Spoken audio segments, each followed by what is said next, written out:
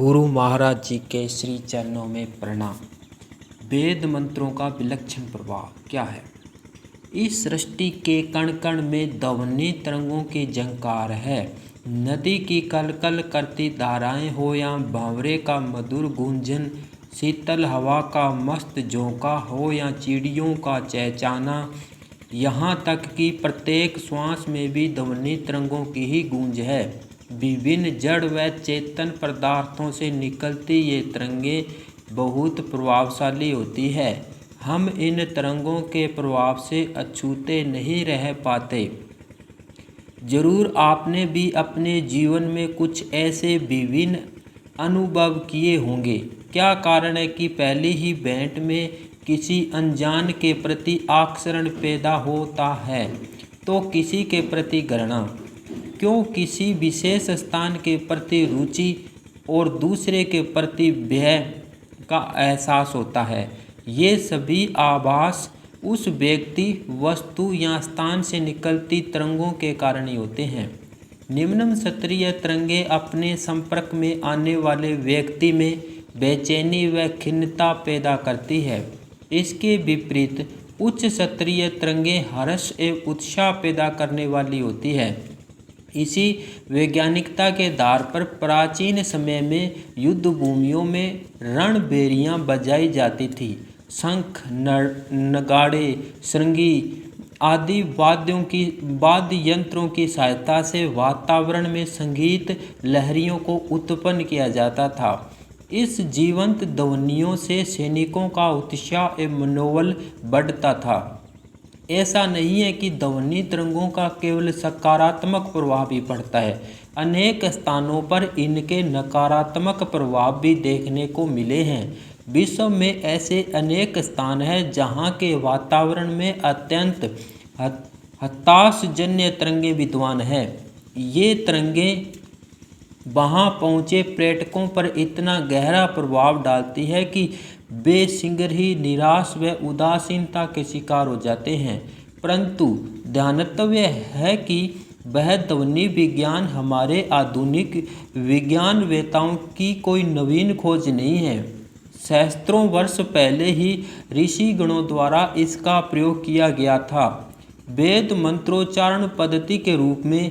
परंतु आज जहां हम अपनी असंतुलित बुद्धि के कारण ध्वनि विज्ञान का दुरुपयोग भी कर रहे हैं, वहीं हमारे वैदिक यज्ञकर्ताओं ने सदा इसका सदुपयोग ही किया था।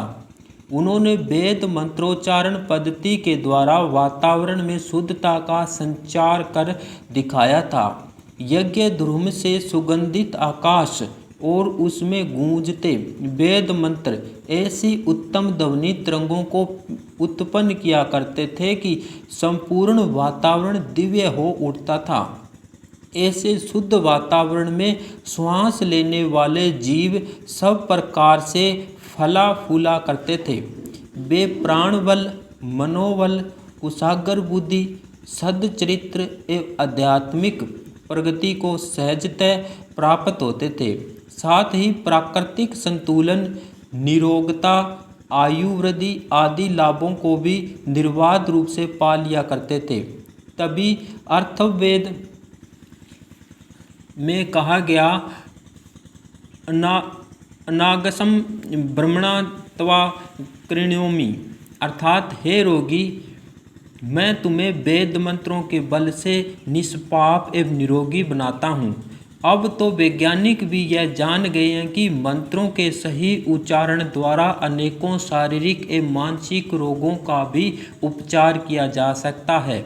उदाहरणतः जब तनाव की अवस्था में मस्तिष्क के एक भाग में असंतुलन आ जाता है, तब ऐसे में सामवेद की ऋचाओं का शुद्ध शैली में किया गया उच्चारण मस्तिष्क के इस भाग को पुनः संतुलित करने में सहायक सिद्ध होता है। परिणाम स्वरूप रोगी का मानसिक तनाव बिल्कुल दूर हो जाता है। साथ ही कैंसर, हृदय रोग जैसी दुस्साध्य बीमारियों के उपचार में भी वह स्वर विज्ञान एक कारगर औषधि सिद्ध हो रहा है।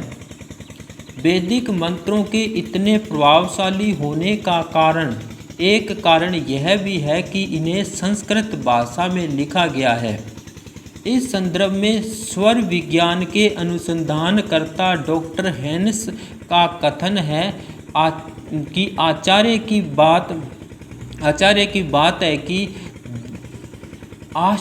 बात है कि जब इस प्राचीनतम भाषा संस्कृत पर प्रयोग हुए तो उसके स्वर वर्णों के उच्चारण से बालू के कणों ने प्लेट पर वैसे ही आकार गढ़े जैसे कागज पर शब्द लिखे जाते हैं।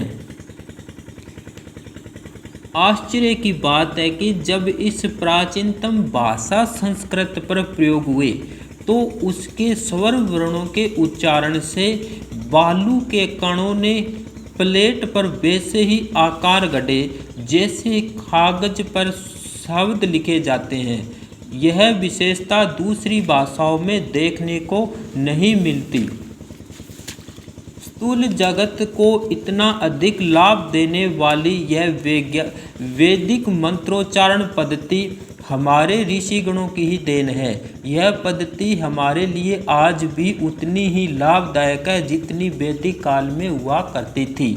आज कहीं धरा का एक भाग सूखे से ग्रस्त है तो दूसरा बाढ़ से जलमग्न, गर्मी और सर्दी का तीव्र प्रकोप, फसलों का नष्ट होना, प्रदूषण आदि प्राकृतिक आपदाएं तो मानो श्वास लेने के समान सामान्य हो गई है।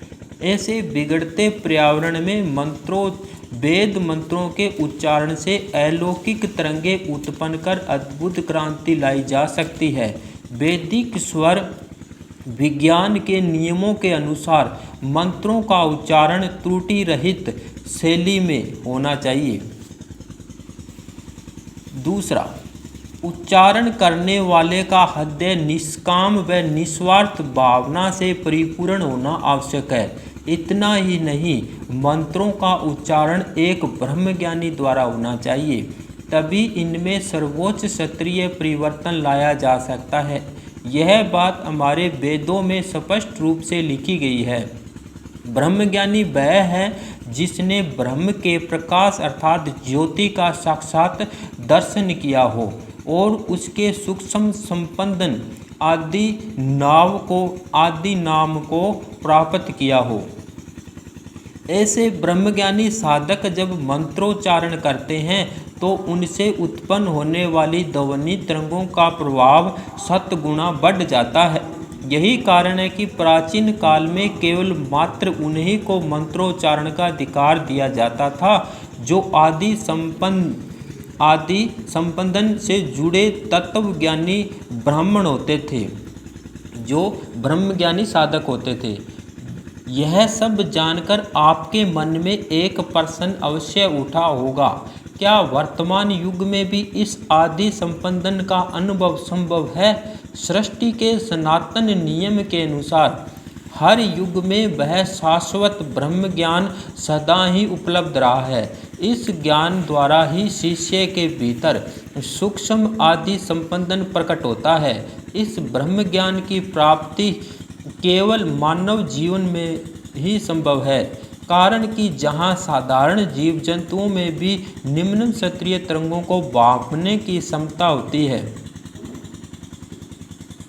जहाँ साधारण जीव जंतुओं में भी निम्न क्षत्रिय तरंगों को भांपने की क्षमता होती है, वे तूफान, भूकंप आदि के आने से पूर्व ही उनका अनुमान लगा सकते हैं।